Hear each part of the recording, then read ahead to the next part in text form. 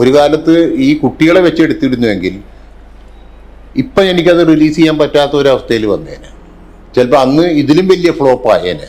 മോഹൻലാൽ പറഞ്ഞ വാക്കുകളാണ് എനിക്ക് ഓർമ്മ വരുന്നത് ഈ അടുത്ത സമയത്ത്. എന്ന് വെച്ച് കഴിഞ്ഞാൽ ഇതൊരു പുതിയ പടമാണ്, അതിനു വേണ്ടിയുള്ള മോഹൻലാലിന് വേണ്ടിയുള്ള മാറ്റങ്ങൾ അതിൽ വന്നിട്ടുണ്ടാവും. ഇതിൽ റിട്ടേൺ എന്ന് പറയുന്ന ഓഫ് കോഴ്സ് ഏതൊരു പ്രൊഡ്യൂസറും ആഗ്രഹിക്കുന്ന ഒരു കാര്യമാണ് റിട്ടേൺ. പക്ഷേ ഈ സിനിമ ഉദ്ദേശിച്ചിട്ട് ഈ തലമുറക്കും കാണാനുള്ള ഒരു അവസരം ഉണ്ടാക്കുക എന്നുള്ളത് ഞങ്ങളുടെ ഫസ്റ്റ് എയിം അതാണ്. നമ്മൾ കാണുമല്ലോ, സിനിമകൾ കണ്ട് അതിൽ നിന്ന് കോപ്പി അടിക്കാനല്ല, അതിൻ്റെ ഒരു ഇൻസ്പിറേഷൻ കാര്യങ്ങൾ. അപ്പോൾ അങ്ങനെയുള്ള സിനിമ എനിക്ക് ഇഷ്ടപ്പെട്ടതിന് ശേഷം അതിനെപ്പറ്റി ചർച്ച നടന്നപ്പോഴാണ് ഇങ്ങനെ ഒരു സബ്ജക്റ്റ് ഉണ്ടെന്നുള്ള കാര്യം രഘുനാഥ് പലേരിയും ഇതും പറയുന്നത്. ഏത് സിനിമക്കാർ റിസ്ക്കില്ലാത്ത ഇവിടെ കൊട്ടുഘോഷിച്ച് വന്ന പല സിനിമകളും ഓടിയിട്ടില്ല ഈ കാലഘട്ടത്തിലും. ഞാനും സിബിയും രഘുനാഥ് പലേരിയും മോഹൻലാലുമായിട്ടുള്ള കോമ്പിനേഷനിൽ ഞാൻ ചെയ്ത ഒരു സിനിമയാണ്, നിങ്ങൾക്കറിയാം, 2000 റിലീസ് ചെയ്ത സിനിമയാണ്. അപ്പോൾ ആ സിനിമയ്ക്ക് അന്നോട്ടേ ഞങ്ങൾക്കൊരു എക്സ്പെക്റ്റേഷൻ ഉണ്ടായിരുന്നു. സാമ്പത്തികത്തിൻ്റെ പുറമെ അപ്പം നല്ലൊരു പടമായിട്ട് ആണ് ഞങ്ങൾക്കത് ബ്രിങ് ഔട്ട് ചെയ്യാൻ പറ്റിയത്. അപ്പം അത് ഇക്കാലത്ത് വന്നു കഴിഞ്ഞപ്പോഴത്തേക്കും, ഇപ്പോൾ വന്നു കഴിഞ്ഞപ്പോഴത്തേക്കും പലരും തന്നെ സോഷ്യൽ മീഡിയയിലും അല്ലാതെയും പബ്ലിക്കായിട്ടുള്ള പല ആൾക്കാരും ഇത്, അപ്പം ഞാൻ പറഞ്ഞു കഴിഞ്ഞാൽ ഈ 2000 ഒരു 15 വയസ്സുള്ള ഒരാൾ, ഒരു പയ്യൻ, ഒരു യങ്സ്റ്റർ, അവനെ ഉദ്ദേശിച്ചിട്ട് അവൻ അന്നൊന്നും ഈ ഫാമിലി ആയിട്ട് സിനിമക്ക് പോവുക എന്നുള്ള ഇതില്ല. അപ്പം സിനിമക്ക് പോകൽ എന്നെ വളരെ കുറവായിരിക്കും ആ പ്രായത്തിൽ അന്നത്തെ കാലത്ത്. അപ്പം ഇന്ന് വരുമ്പോഴത്തേക്ക് 24 വരുമ്പോഴത്തേക്കും അവനെങ്ങ ഒരു 30-35 വയസ്സ് ഡെഫിനറ്റായിട്ടും വരാം, എന്നാലേ 39 വയസ്സ്. അപ്പം ഞാൻ ഇപ്പം ആ കാറ്റഗറിയിലുള്ള ആൾക്കാർ ഈ സോഷ്യൽ മീഡിയയിലും ഞങ്ങൾ നേരിട്ടാണെങ്കിലും എല്ലാം തന്നെ ഇത് രണ്ടാമത് അതൊന്ന് കാണണം, തിയേറ്ററിക്കൽ എക്സ്പീരിയൻസ് വേണം എന്ന് ഉള്ള ആവശ്യങ്ങൾ വളരെയധികം ഉണ്ടായിരുന്നു. അപ്പോൾ സന്ദർഭവശാൽ ഞാനും സിബിയും ഈ രഘുവും തന്നെ ഞങ്ങളെല്ലാവരും കൂടെ തന്നെ ഈ സിനിമ കാണുകയും ലക്കിലി ഞങ്ങൾക്ക് അതിൻ്റെ നെഗറ്റീവ്സും ബാക്കിയുള്ള സൗണ്ട്സും ഒക്കെ കിട്ടിയതുകൊണ്ട് അന്ന് തന്നെ DTS ആയിരുന്നു പടം. പക്ഷേ പല തിയേറ്ററിലും DTS ഉണ്ടായിരുന്നില്ല, സെല്ലുലോയിഡ് ഫോർമാറ്റിലായിരുന്നു. അന്ന് വളരെ പ്രശസ്തനായ ശ്രീധർ എന്ന് പറയുന്ന ആളാണ് ഇതിൻ്റെ സൗണ്ട് സൈഡ് ചെയ്തിരുന്നത്. അപ്പോൾ ഇതെല്ലാം വെച്ച് നോക്കുമ്പോഴത്തേക്ക് വന്നാൽ ഞങ്ങൾക്ക് ഇതൊന്ന് രണ്ടാമത് ട്രൈ ചെയ്യാം എന്നുള്ളത്. ബിക്കോസ് എൻ്റെ ഒരു ആഗ്രഹം എൻ്റെ സിനിമാ ജീവിതത്തിലെ ഒരു ക്ലാസിക് സിനിമ എന്ന് പറയുന്ന ഒരു ഗണത്തിൽപ്പെടുന്ന ഒരു സിനിമയായിരുന്നു. അപ്പോൾ ഇത് രണ്ടാമത് ഞങ്ങളത് ഈ പറഞ്ഞ മാതിരി 4K റെസൊല്യൂഷനിലേക്ക് കൺവേർട്ട് ചെയ്യുകയും അത് കോൾഡ് ഈ പറഞ്ഞ മാതിരി അറ്റ്മോസ് 5.1 7.1 ഒക്കെ ആയിട്ട് അത് കൺവേർട്ട് ചെയ്തെടുത്ത് അന്ന് എഡിറ്റ് ചെയ്തു. അപ്പോൾ ആ എഡിറ്റ് ചെയ്ത് കഴിഞ്ഞ് ഇത് കണ്ടു കഴിഞ്ഞപ്പോഴത്തേക്കും അറ്റ് പ്രസൻറ്റ് ഈ സിനിമ വരേണ്ട ഒരു സിനിമയാണ് എന്നുള്ളൊരു ഫീലിംഗാണ് എനിക്ക് എല്ലാവരും കിട്ടിയത്. അതിൻ്റെ ഫോട്ടോഗ്രാഫി ആണെങ്കിലും എല്ലാം അന്ന് വളരെ മികച്ച രീതിയിലുള്ള ഒരു ഇതാണ്. ഇന്നിപ്പോൾ ഇന്ത്യൻ 2-ലെ ആർട്ട് ഡയറക്ടർ ആണ് എൻ്റെ കൂടെ വർക്ക് ചെയ്തതെന്ന്.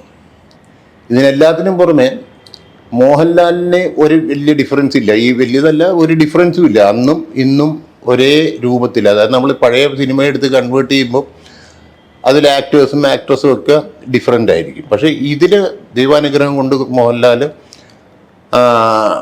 ഒരു എന്താ പറയുക, സോ കോൾഡ് വലിയ സൂപ്പർ ഹീറോ ആയിട്ട് നിൽക്കുന്ന ഒരു കാലഘട്ടവും അദ്ദേഹത്തിന് യാതൊരു ചേഞ്ചസ് ഒന്നും തന്നെ പ്രത്യേകിച്ചില്ല. പിന്നൊരു കാര്യം, വിദ്യാസാഗറിൻ്റെ വളരെ പ്രശസ്തമായിട്ടുള്ള കാര്യങ്ങളാണ്, സിനിമ ഗാനങ്ങളാണ് ഇതിലുള്ളത്.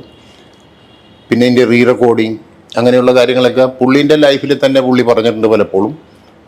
എക്സലൻ്റ് ആയിട്ടുള്ള ഒരു വർക്കായിരുന്നു പുള്ളിയുടെ, ഒരു മാസ്റ്റർ പീസ് വർക്കായിരുന്നു.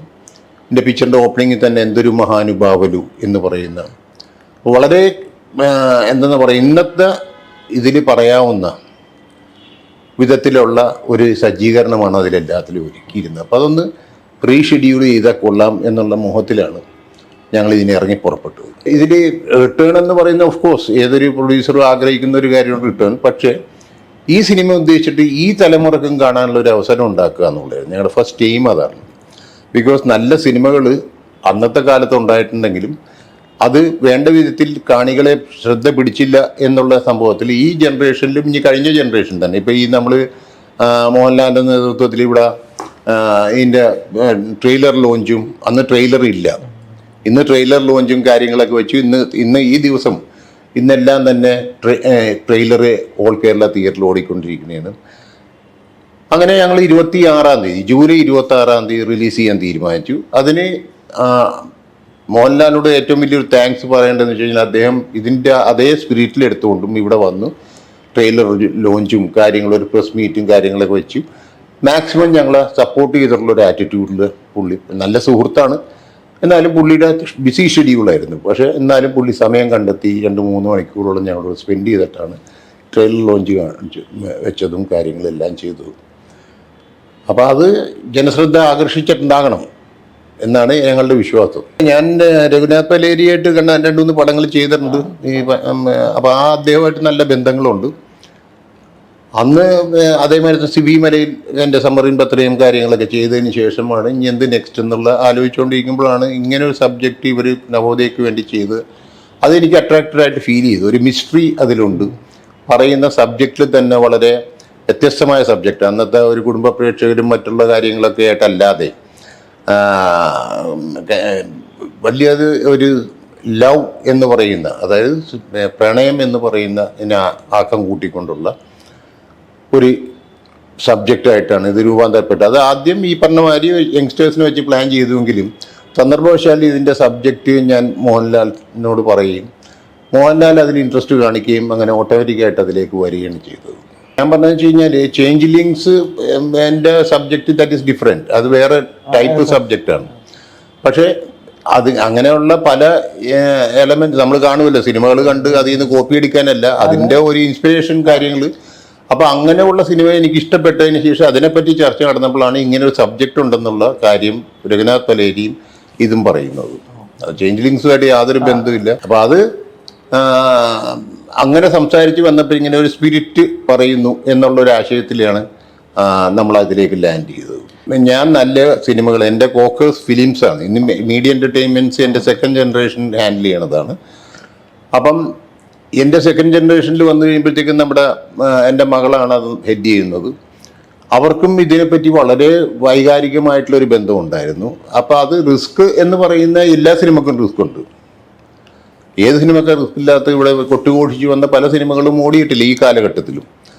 അപ്പം അങ്ങനെ റിസ്ക് അല്ല നമ്മൾ കാണുന്നത്. ഒരു ബെറ്റർ പിക്ചർ, കോക്കേഴ്സിൻ്റെ ഫിലിംസിൻ്റെ ഹിസ്റ്ററിയിൽ നല്ലൊരു പിക്ചറായിരിക്കണം, ഒരു ഫിലിം ആയിരിക്കണം എന്നുള്ള ആശയത്തിലാണത്.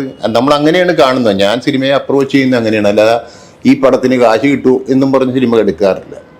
നല്ലൊരു സിനിമയായിരിക്കും, എൻ്റർടൈനറാണ്, അല്ലെങ്കിൽ വേറെ വിധത്തിൽ പറയുന്ന സിനിമയാണെന്നൊക്കെ പറയുമ്പോഴത്തേക്ക് അതിലേക്കുള്ള ഒരു അട്രാക്ഷനാണ് എന്നെ ഈ സിനിമയിലേക്ക് ഇത് ചെയ്തത്. പക്ഷേ ഇപ്പോൾ ഇത് കോക്കേഴ്സ് മീഡിയ എൻ്റെ സെക്കൻഡ് ജനറേഷനായിട്ട് ഞാൻ കൊണ്ടുവന്ന് എൻ്റെ മകളെ കൊണ്ടുവന്ന് കഴിഞ്ഞപ്പോഴത്തേക്ക് അവർക്കും ഇതേ സ്പിരിറ്റിൽ ഈ പടത്തിനെ അവിടെ എങ്ങനെയെങ്കിലും അപ്രോച്ച് ചെയ്യണമെന്ന് തോന്നിയിട്ടാണ്. അപ്പം അന്ന് തന്നെ ഇവർക്ക് ഞാൻ ഇവരുടെ ഒരു ക്യാപിറ്റലായിട്ട് ഞാൻ ഈ പടമൊക്കെ നെഗറ്റീവ് അവർക്ക് എഴുതി കൊടുത്തു. അപ്പോൾ ആ കണ്ടീഷനിൽ കോക്കേഴ്സ് മീഡിയ എൻ്റർടൈൻമെൻറ്റ്സ് ആണ് ഇപ്പോൾ അത് പുറത്തു കൊണ്ടുവരുന്നത്. ഏത് സിനിമയല്ലെങ്കിലും ഏത് ബിസിനസ്സിലാണെങ്കിലും തളർച്ചയും വളർച്ചയും ഉണ്ടാവും. അപ്പോൾ നാച്ചുറലി ആ ഫെയിലിയറും ഞാൻ ആക്സെപ്റ്റ് ചെയ്തു. പക്ഷേ സങ്കടമുണ്ട് ഉള്ളിൽ. കാശിൻ്റെ പൈസയുടെ വോളിയം അല്ല. ഒരു സിനിമ വേണ്ട വിധത്തിൽ ശ്രദ്ധിക്കപ്പെട്ടില്ല, നമ്മൾ ഇത്രയും കഷ്ടപ്പെട്ട് എടുത്തിട്ട് ശ്രദ്ധിക്കപ്പെട്ടില്ല എന്നുള്ള തീർച്ചയായിട്ടും അതിന്. പക്ഷേ അന്നത്തെ സ്റ്റേറ്റ് അവാർഡിൽ, 2000 സ്റ്റേറ്റ് അവാർഡിൽ മറ്റേ ബെസ്റ്റ് പിക്ചർ പോപ്പുലർ ഫിലിം എന്നും പറഞ്ഞ് നമുക്ക് അവാർഡ് കിട്ടി. അതേമാതിരി തന്നെ വടിക്കോളുടെ വിദ്യാസാഗറിന് അവാർഡ് കിട്ടി, തിരുമേനിക്ക് അവാർഡ് കിട്ടി. അങ്ങനെ പലർക്കും അത് ഈ അവാർഡിൽ തന്നെ അത് മികച്ച ചിത്രമായിട്ട് വന്നു എന്നുള്ളത് സത്യമുണ്ട്. അത് നമുക്ക് സന്തോഷമല്ലേ തരേണ്ടത്. തീർച്ചയായിട്ടും സാമ്പത്തികം എന്ന് പറയുന്ന എല്ലാത്തിലും ഒരു ഇൻഗ്രീഡിയൻ്റ് ആണ്. പക്ഷേ നമ്മൾ എടുത്തു. അതിനുശേഷവും സിനിമകളുണ്ടായി. എൻ്റെ അഭിപ്രായത്തിൽ അന്ന് മോഹൻലാൽ പറഞ്ഞ വാക്കുകളാണ് എനിക്ക് ഓർമ്മ വരുന്നത് ഈ അടുത്ത സമയത്ത്. എന്ന് വെച്ച് കഴിഞ്ഞാൽ ഇതൊരു പുതിയ പടമാണ്. ഇത് മോഹൻലാൽ അഭിനയിച്ചു, ജയപ്രദ അഭിനയിച്ചു, സിബി മലയിൽ ഡയറക്റ്റ് ചെയ്തു, രഘുനാഥ് പലേരി സ്ക്രിപ്റ്റ് ചെയ്തു, കൈതപ്രം വരികൾ എഴുതി, കൈതപ്രം നമ്പൂരി വരികൾ എഴുതി, വിദ്യാസാഗറിൻ്റെ മ്യൂസിക്കോട് കൂടിയുള്ള പുതിയ ഒരു പടമായിട്ടാണ് ഞങ്ങൾ ഇതിനോടുള്ള ഇപ്പോഴത്തെ അപ്രോച്ച്. അപ്പോൾ അത് തീർച്ചയായിട്ടും ഒരു പുതിയ സിനിമയായിട്ടാണ് കാണുന്നത്. നിങ്ങൾ കണ്ട ഒരു ഇതല്ല കാണുന്നത്. ഞാനറിയാത്ത ഒരു മാറ്റം ഞാൻ എടുക്കുന്ന സിനിമകളിൽ വരാറില്ല. അവരുടെ നിർബന്ധത്തിന് വഴി ഒരു മാറ്റവും അവിടെ വന്നിട്ടില്ല. ഫ്രണ്ട്ഷിപ്പുള്ള, അതായത് ഞാനുമായിട്ടും സിബിയായിട്ടും എല്ലാം ബന്ധമുള്ള ഒരാളാണ് മോഹൻലാൽ. അപ്പോൾ മോഹൻലാലിന് ഇത് ഇഷ്ടപ്പെട്ടു എന്ന് പറഞ്ഞപ്പോഴത്തേക്കും ഒരു നാച്ചുറൽ കോഴ്സിൽ നമ്മൾ ചിന്തിച്ചതെന്ന് വെച്ചാൽ മോഹൻലാൽ ആക്ട് ചെയ്യട്ടെ എന്നുള്ള ചിന്ത വന്ന് അങ്ങനെ വന്നതാണ്. അല്ലാതെ അതൊരു മാറ്റത്തിൻ്റെ അതിനു വേണ്ടിയുള്ള മോഹൻലാലിന് വേണ്ടിയുള്ള മാറ്റങ്ങൾ അതിൽ വന്നിട്ടുണ്ടാവും.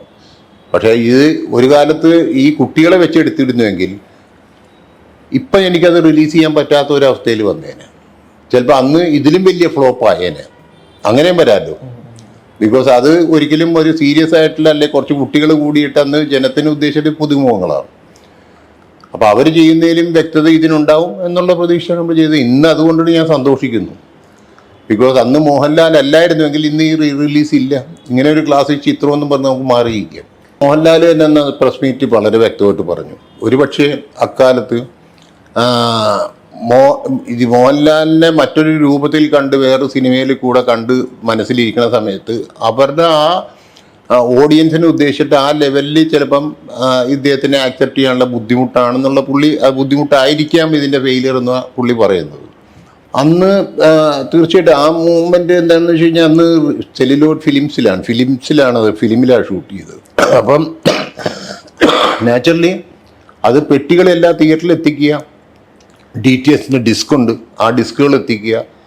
പക്ഷെ അവിടെ ഞങ്ങൾക്ക് ശ്രദ്ധയിൽപ്പെടാവുന്ന ഒരു കാര്യം, ഈ DTS എന്നുള്ള സംവിധാനം ഉള്ള തിയേറ്റേഴ്സിൽ മാത്രമല്ല കൊടുത്തത്. അത് കുറേ അധികം തിയേറ്റർ അവിടെ DTS സംവിധാനം ഉണ്ടായിരുന്നില്ല അന്ന്. അത് കാരണം അതിൻ്റെ സൗണ്ട് സൈഡോ മറ്റുള്ള സൈഡോ ഒന്നും ജനം ശ്രദ്ധിച്ചിട്ടുണ്ടായിരുന്നില്ല. ഇപ്പം അങ്ങനെയല്ല. ഇപ്പം ഞങ്ങൾ ഇപ്പം ഈ റിലീസ് ചെയ്യുന്നത് അറ്റ്മോസിൽ നമ്മൾ ചെയ്തിരിക്കുന്ന സൗണ്ട് സിസ്റ്റം ഉള്ള തിയേറ്റേഴ്സിലും ഒക്കെയാണ് റിലീസ് ചെയ്യുന്നത്. അപ്പോൾ അന്ന് ഉണ്ടായിരുന്ന ഒരു പിഴവ് എന്ന് പറയുന്നത് ഇതേമാതിരി നമ്മുടെ ഒരു നോളേജ്, അതായത് DTS എത്ര തിയേറ്ററിലുണ്ടെന്ന് നമ്മൾ പഠിച്ചില്ല. അപ്പോൾ DTSൽ അന്ന് വന്നിരുന്നെങ്കിൽ ചിലപ്പോൾ ഇതിലും വലിയ, അത് ഇന്ന് നിങ്ങൾ സിനിമ കാണുമ്പോൾ അറിയാൻ പറ്റും. എന്നെ ഉദ്ദേശിച്ചിട്ട് ഞാൻ പറഞ്ഞല്ലോ, മോഹൻലാലിനോട് ഞാൻ യോജിക്കുന്നത്, അത് വിദ്യാസാഗറിനോടാണ് ഞാൻ യോജിക്കുന്നത്, സിബി മലയിൽ സാർ ഇതിനോടാണ് ഞാൻ യോജിക്കുന്നത്. എന്ന് വെച്ചാൽ എല്ലാവരും ഒരു ഫ്രഷ് പിക്ചർ അപ്പോൾ വരാൻ പോകുന്നു. അന്ന് ഒരു പടം ഉണ്ടായി എന്നുള്ള സത്യം, പക്ഷേ അതിലും മികവറ്റതാക്കിയിട്ടാണ് ഇപ്പോൾ ഈ തവണ കൊണ്ടുവരുന്നത്. അപ്പോൾ അത് കാരണം അത് വളരെ സന്തോഷവാനാണ്. ഞങ്ങൾക്ക് വലിയ പേടിയോ അല്ലെങ്കിൽ ഒരു ഭയപ്പാടോ പ്രേക്ഷകരെങ്ങനെ സ്വീകരിക്കുമെന്നുള്ള ഇതൊന്നുമില്ല. ബിക്കോസ് പ്രേക്ഷകർ തീർച്ചയായിട്ടും ഞെട്ടിത്തരിച്ചിരുന്ന് കാണാൻ പോകുന്ന ഒരു സിനിമയാണ്. വിദ്യാസാഗറിൻ്റെ മ്യൂസിക് അന്നും ആ പാട്ട് ഹിറ്റാണ്, ഇന്നും ആ പാട്ട് ഹിറ്റാണ്. അങ്ങനെ പല കാരണങ്ങൾ കൊണ്ടിട്ടാണ് റിലീസിന് പ്ലാൻ ചെയ്യുന്നത്. ഇന്ന് ആ പാട്ടുകളൊക്കെ തന്നെ ഇന്ന് 5.1 7.1 വന്ന് കേട്ട് കഴിയുമ്പം നിങ്ങൾക്ക് കിട്ടുന്ന ഇത് ഒരിക്കലും നിങ്ങൾ കേൾക്കാത്ത ഒരു പാട്ടായിട്ടായിരിക്കും തോന്നുന്നത്. അതേമാതിരി അത്രയും മനോഹരമായിട്ടാണ് വന്നേക്കുന്നത്. ഇന്ന് കൈതപ്പുറം ദാമോദരൻ നമ്പൂരിയുടെ ഓരോ വരികളും എഴുതിയേക്കുന്ന വരികൾ ഇന്നാണ് അത് നോട്ടീസബിൾ ആവുന്നത്. മനസ്സിലായ? അപ്പോൾ അത് നാച്ചുറലി അതൊരു പുതിയ അനുഭവമായിരിക്കും. എനിക്ക് ഷുവറാണ്. അല്ല, ഞാൻ വെറുതെ ബൂസ്റ്റ് ചെയ്ത് പറയണതൊന്നുമല്ല.